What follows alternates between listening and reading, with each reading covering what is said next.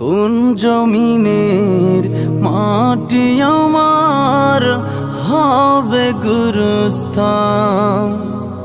কাদের চোখের জলে আমি